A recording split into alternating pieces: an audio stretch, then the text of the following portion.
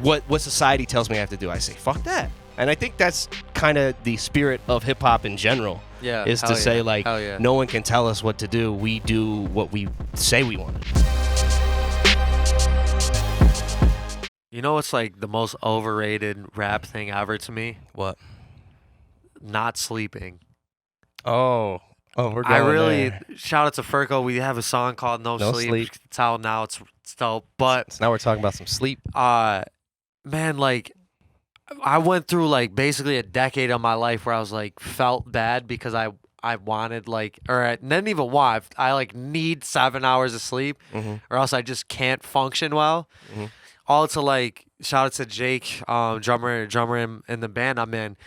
He's like super sleep fanatic and why you should get 7 to 9. And you should. And I'll tell you, man, like that's one of the most overrated things in rap is like never sleeping and shit like that. Like, dude, if you want to write dope bars, you better sleep. Yeah, that's it. Because your shit's not gonna function right long term. Agreed. Well, you just said the big word, long term. Consistency, Long-term. constantly doing this, you're gonna burn yourself out. If you're trying to meet a deadline for like a week or whatever, and you gotta miss some sleep, like that's cool. But if you're doing that shit for years or whatever, that's not. That's come exactly on, man. it. Because the way that rap is now, that I love, one of my favorite projects this year, or of the last 2 years, King's Disease 1, King's Disease 2, Nas. Yeah. Man's 50 and he still sounds pristine. He might be the hungriest sounding rapper in the game. Does right he now. sleep? I think he sleeps a lot. I think he gets a great night. We gotta, hey Nas, if you see this, man. Nas, comment below. Comment below your sleep schedule, my brother. Yeah, that's it. He sounds like he sleeps I'll be a lot. honest. I think Nas is getting a grade 8. I think he's getting a grade 8 hours. Grade 8. Yeah, man. He Like, sounds like he's well rested, man. I'll be hard pressed if Hove's not saying he's getting like a solid 9. Yeah. Well, they say that like a lot of like even out of rap, like billionaires and stuff like that, they're really regimented in doing the right thing, eating the right foods. You know, like should be. even beyond sleep, like what's the guy? Apple. Oh my gosh, he passed away. Steve Jobs. Yeah. Why did I forget that? He would have the same clothes. You see him all the time wearing the same clothes. So he doesn't have to make that decision. And you talk about burning out. I mean, it's not sleep, but it's also like when you think about all the decisions you make in your day, what can you do to make that a little more like? Unfortunately, that's a decision I'm willing to spend 20 But minutes deciding. But listen, you got to being pick a your rapper, poison. You got to pick being your a poison. rapper's a little different, right? Because you're not the behind of the iPhone. You are Mike O'Leary. This is my whole body is my art. Absolutely. I do like sexy. I watched the my whole body's my I've been art. called a lot of things, and that was unfortunately left out. Mike, but, your whole body is. Sorry. I'll take it. Go ahead. I'll take it. I was No homo. I saw something. It was like right after CLB dropped, and somebody put up this like thing about how Drake marketed it. Yep. And one was about like the heart and the hair, and how artists are like, if you watch like really great album drops, a lot of artists will like have an outfit or that thing that stamps the period in time. You saw my suit.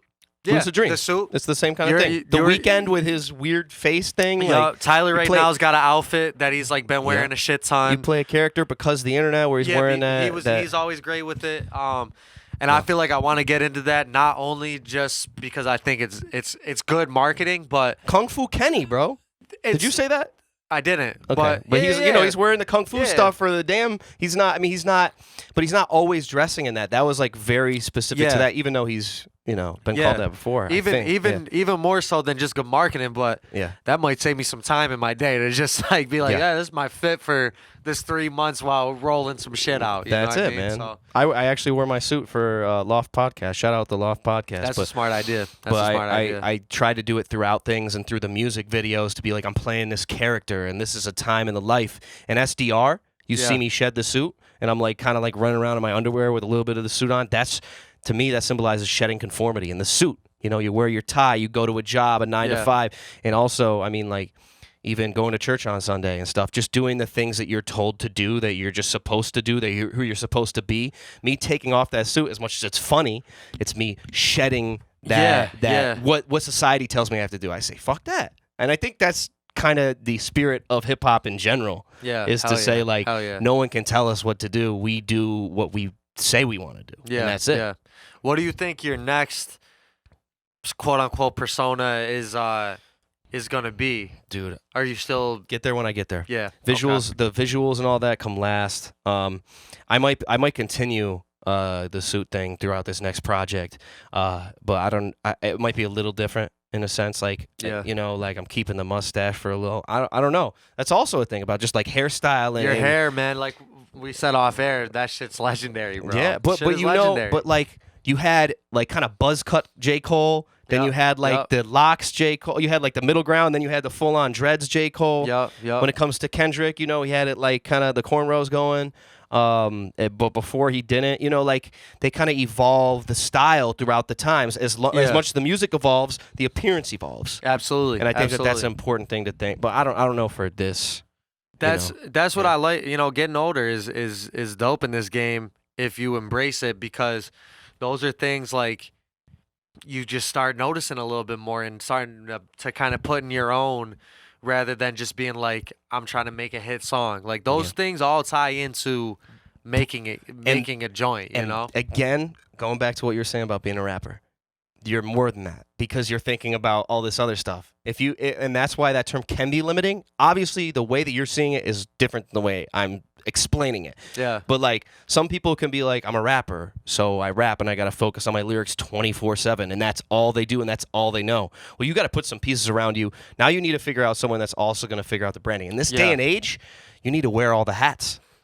You do need to wear all the hats, no doubt. I mean, and that's why I think, bro, we're creatives and we're artists, and that's why I always go. I know we're talking, reiterating that, but and that's why I have a problem.